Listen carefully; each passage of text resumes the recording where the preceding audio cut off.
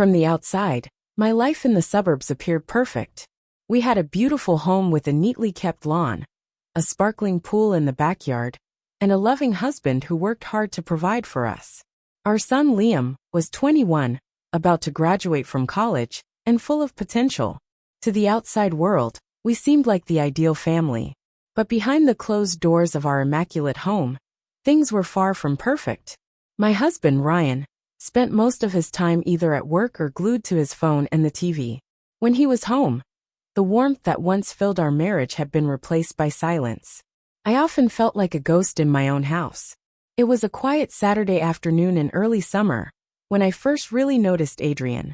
He was Liam's best friend, a confident and well-mannered young man who had been visiting for months. I hadn't paid much attention to him before, but that day something shifted. Liam had invited Adrian over for a swim. As I stood in the kitchen, I glanced out the sliding glass doors and saw them laughing by the pool. Adrian was standing at the edge of the water, his well-built body shimmering under the sunlight. He dove in effortlessly and resurfaced with a grin that was both carefree and striking. For a brief moment, I couldn't look away. It wasn't just his appearance. It was the energy he exuded, so different from my husband's tired and distracted demeanor. A feeling I hadn't experienced in years stirred inside me. I quickly shook it off and returned to washing the dishes, but my mind kept drifting back to him. Over the next few weeks, Adrian spent more and more time at our house. He and Liam worked out in the garage, played video games late into the night, and lounged by the pool. With each visit, I became more aware of his presence, his voice, his laughter, even his scent lingering in the air long after he left. One afternoon, while Liam ran to the store, Adrian came inside for a drink. I was in the kitchen preparing dinner when he appeared in the doorway. "Mrs. Carter, mind if I grab some water?" he asked, his deep voice catching me off guard. "Of course, Adrian," I replied, trying to sound casual. "And please just call me Emily." He flashed a charming smile. "Thanks, Emily." As he reached for a glass, our hands brushed. It was a brief, insignificant touch, but it sent a jolt through me. I quickly pulled away, hoping he hadn't noticed the way my breath caught in my chest.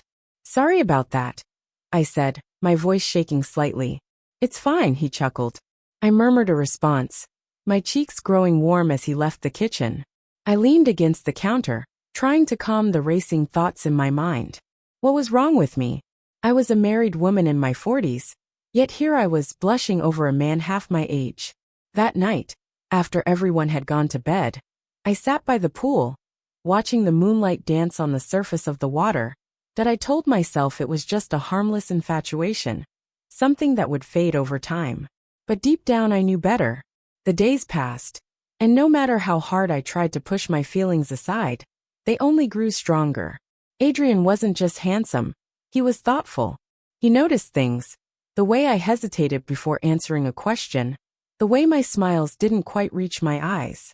One evening, while I was folding laundry near the living room window, I overheard Liam and Adrian playing basketball outside. Their shirts were off, their bodies shining with sweat from the summer heat. I tried to focus on my task, but my eyes kept drifting toward Adrian. Then, it happened, he caught me watching. He smiled, but not just any smile. It was a smile that felt knowing, almost teasing. My heart raced as I quickly turned away, pretending to be busy with the laundry. Minutes later, he was standing by the open window, his voice holding something I couldn't quite understand. "You should come outside more, Emily. Get some sun," he said. I forced a smile. "I'm fine right here," I replied, but his words stayed with me. It wasn't just what he said, it was how he said it, like a challenge. That night, as I was cleaning up after dinner, Adrian walked into the kitchen. "Need any help?" he asked. "No, I've got it," I said, not meeting his eyes. But he didn't leave. Instead, he leaned against the counter watching me. "You work too hard," he said softly. "Someone should take care of you for a change." I froze, my hands gripping the dish towel. No one had spoken to me like that in years. I should have ended it right there, walked away, said something to stop whatever was happening between us. But I didn't. The night everything changed, my husband and Liam were at a basketball game in the city. The house was unusually quiet. Adrian had stayed behind, claiming he wasn't a fan of sports. I didn't question it. I was curled up on the couch with a book, though I hadn't processed a single word. Then, Adrian appeared in the doorway. My pulse quickened. "Mind if I join you?" he asked, holding up a glass of water. I nodded. He sat beside me, closer than he ever had before. The air between us felt thick, charged with something undeniable. "You seem nervous," he said after a moment. "I'm fine," I lied, though my hands trembled slightly. He reached out and took the book from my hands, placing it on the table. "Emily," he murmured, his voice steady. "You don't have to pretend with me." Hearing him say my name like that, without the formality, sent a shiver through me. "I can't," I whispered. "You can," he countered, his gaze locking onto mine. "I know you feel it too." And I did. I stopped thinking, stopped worrying about the consequences. I leaned in, and he met me halfway. When our lips touched, weeks of buried desire exploded like a dam breaking. His hands were strong yet gentle, his touch reigniting something I had long forgotten. For weeks, our affair continued. Stolen moments, secret glances, each encounter more reckless than the last. But secrets have a way of coming to light. One evening, my husband found Adrian's hoodie draped over a dining chair. "Did Adrian leave this here?" Ryan asked casually. "Yes," I replied, hoping he wouldn't ask more. I said too quickly, my heart hammering. "You must have forgotten it," I muttered. But Ryan's narrowed eyes told me he wasn't convinced. He didn't press any further, though. The final blow came days later. Ryan walked in at the worst possible moment. Adrian's hand brushing against mine in the kitchen. His face darkened. "What the hell is going on?" Ryan demanded. The room fell silent. Liam appeared in the doorway, confusion written all over his face. "What's happening?" he asked. Ryan turned to him, his voice sharp. "How well do you really know your friend?" In that moment, everything fell apart. Liam stormed out, devastated. Adrian left, his usual confidence replaced by shame. Ryan and I were left in the kitchen, the weight of my betrayal hanging heavy between us. The weeks that followed were pure hell. Liam refused to speak to me. Ryan moved into the guest room. Adrian disappeared from our lives entirely. Some mistakes can never be undone. Months later, I'm still living with the consequences of one moment of weakness. My marriage hangs by a thread, and my relationship with Liam may never recover. As for Adrian, he's moved on.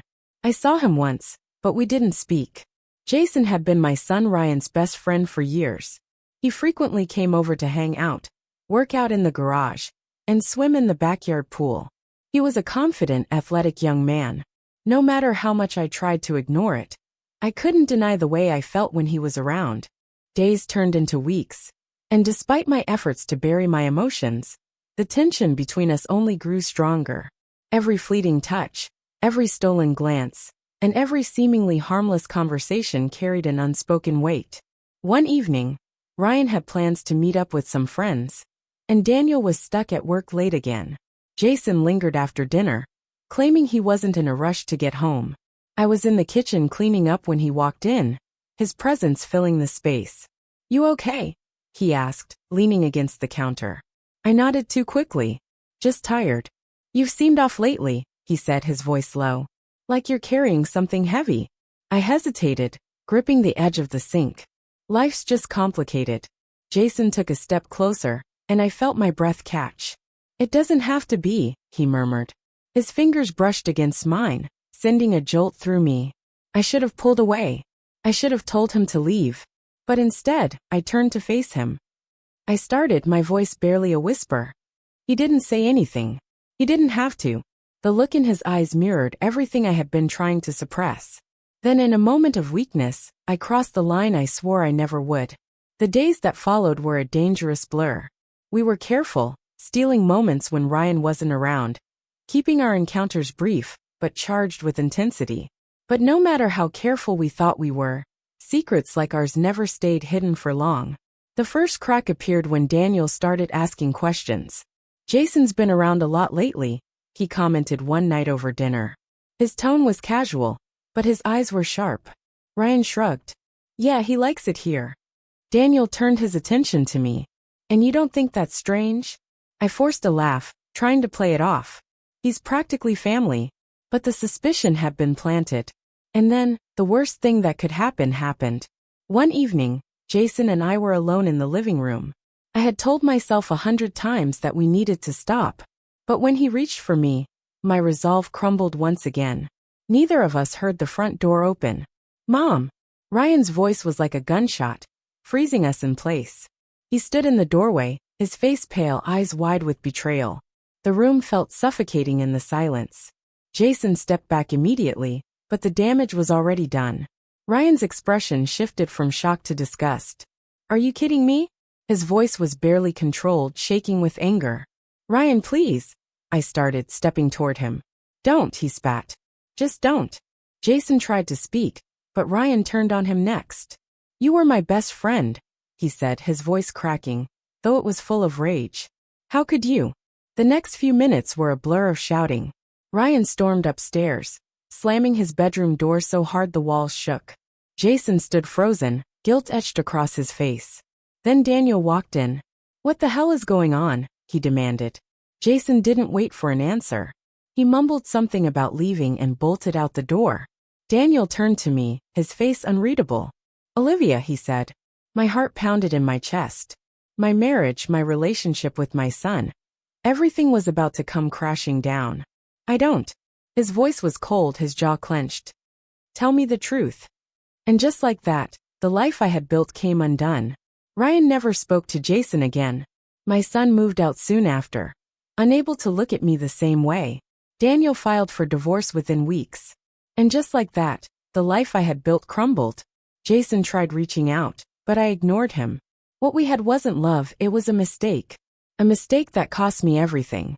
Now, I live alone in a quiet house, filled with regret, haunted by the choices I made. Some lines, once crossed, can never be undone.